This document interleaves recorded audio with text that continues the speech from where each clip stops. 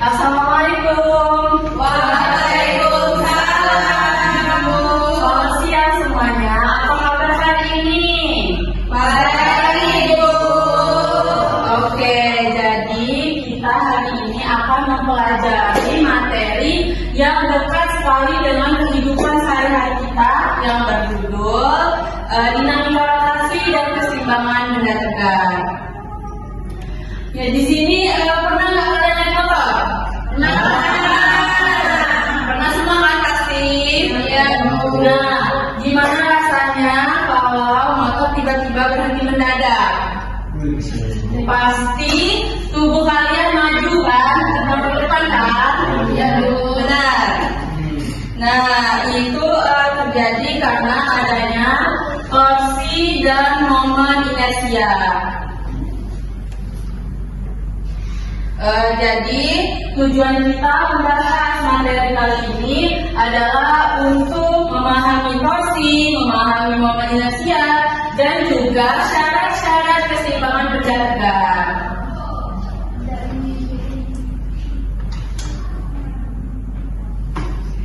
Oke, di sini terdapat materi dinamika rotasi itu adalah bagian dari ilmu fisika yang mempelajari penyebab pengaruh gaya pada benda yang berputar.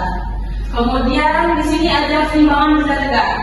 Keseimbangan benda tegak adalah keadaan di mana suatu benda tegak tidak mengalami gerak translasi maupun rotasi karena semua gaya dan momen gayanya itu bekerja pada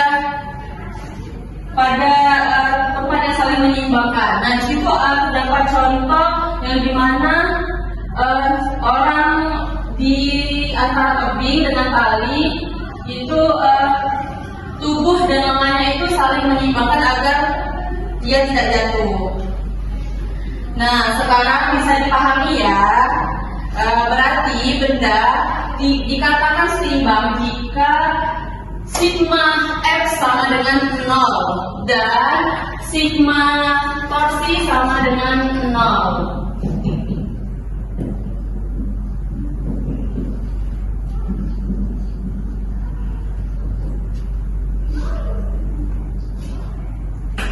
Lalu kita masuk ke materi selanjutnya tentang torsi atau momen gaya. Itu bisa dibaca sendiri ya, arti mengenai torsi. Kita sekarang melakukan praktek. Medianya itu menggunakan pintu. Nah, di sini kita melakukan praktek menggunakan pintu. Nah, ini ya, lihat ya Ibu. Jika Ibu mendorong pintu dekat dengan engselnya atau poros, lihat. Nah, rasanya itu pintu terasa lebih berat dan juga pergerakan pintu itu lebih sedikit jika tenaganya sedikit. Kemudian anak-anak, kita coba Kia maju. Baik Bu, kita praktekkan ya. Nah, Kia coba dorong pintunya bukan dekat tangga tapi di gagangnya. Nah, lihat ya anak-anak. Lihat ya teman-teman.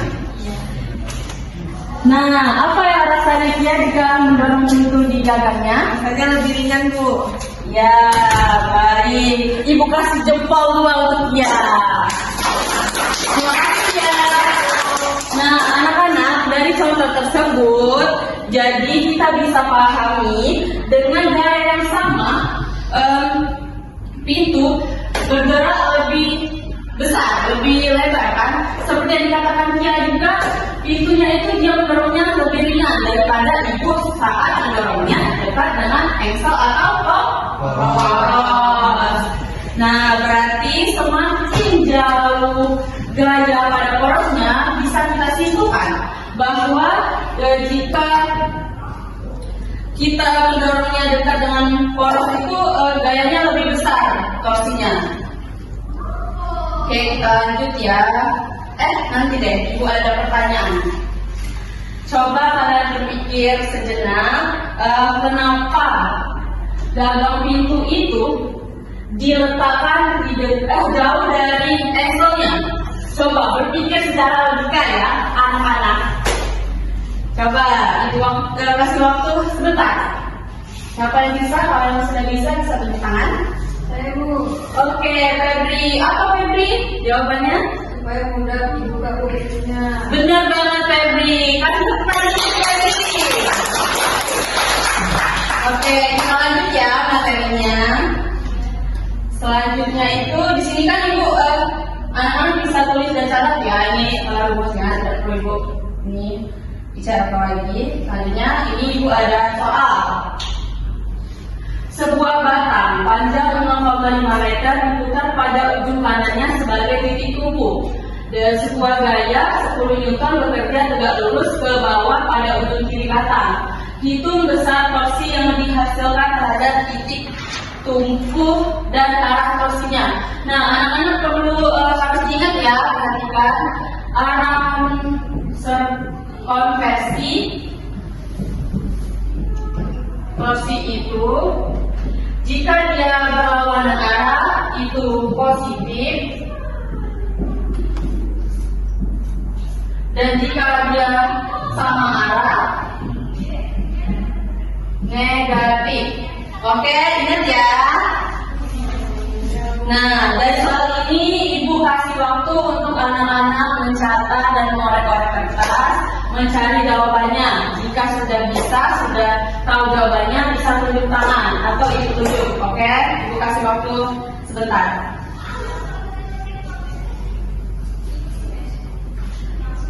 Coba Pras, menurut nih, sudah tahu belum jawabannya? Apa jawabannya? Berapa? Rumus di seleksi dulu itu 10 kali 0 itu 5 Newton. 5 Newton, benar nggak teman-teman? Yang udah nyari? Benar. Benar. Oke, kasih tepuk tangan dulu untuk Pras. Kemudian untuk seluruh kelas nih, jawab ya. Jadi ini kan terdapat 2 pertanyaan. Yang pertama tadi saya jawab Pras. Kemudian arah torsi. Nah, arah torsinya itu kemana? Oke, pinter banget anak-anak Ibu ini. Kemudian Ibu ada diskusi kelompok. Nah, diskusi kelompok ini kalian berpasangan ya, samping-sampingan. Oke, nanti jawabnya di akhir, nanti Ibu tanya. Pertanyaannya itu bagaimana syarat benda jika dikatakan seimbang? Oke, catat ya. Ini penting loh. Kita lanjut ke mohon inersia. Nah, di sini anak-anak bisa baca sendiri, sudah dijelaskan semua. Jadi kesimpulannya mohon inersia ini semakin besar momennya, semakin sulit bendanya diputar. Ini Ibu ada praktek. Prakteknya itu contohnya, itu kan contohnya ainan. Gak mungkin kan kita ngadain ainan di sini. Jadi kita menggunakan tangan. Coba kalian buka tangan kalian ke samping. Kanan kiri. Ya terserah mau ke kiri mau ke kanan, ke samping. Pasti rasanya lebih berat kan? Lebih berat kan? Nah, berhenti, stop. Nah, saat ini coba kalian dekatkan ke dada. Nah, pasti rasanya lebih cepat bukan? Ya, benar nggak? Iya. Nah, itu contoh klasik dari ainan ini, dari anak bermain ainan ini. Jadi itulah rasanya jika kita bermain ainan. Nah, kalau tangan kita tadi ditarik ke dada itu kan pasti lebih dekat tadi kan. Nah, kemudian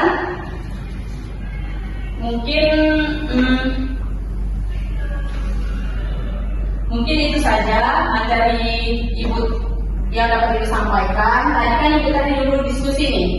Coba kelompok berapa yang bisa menjawab pertanyaannya? Saya Bu, dari kelompok berapa? Saya dari kelompok 2 Bu ingin menjawab pertanyaan yang dikasihkan, bagaimana syarat benda bisa seimbang kan Bu? Ya, jadi syarat benda bisa seimbang itu adalah jumlah gaya ke segala arah atau sigma F sama dengan 0 dan jumlah momen gaya atau sigma K sama dengan 0 Bu. Oke, baik. Beri tepuk tangan untuk Aini. Nah, jadi anak-anak penutup dari materi Ibu ini perlu kalian ingat 3 hal, yaitu pengertian dari torsi yang mana itu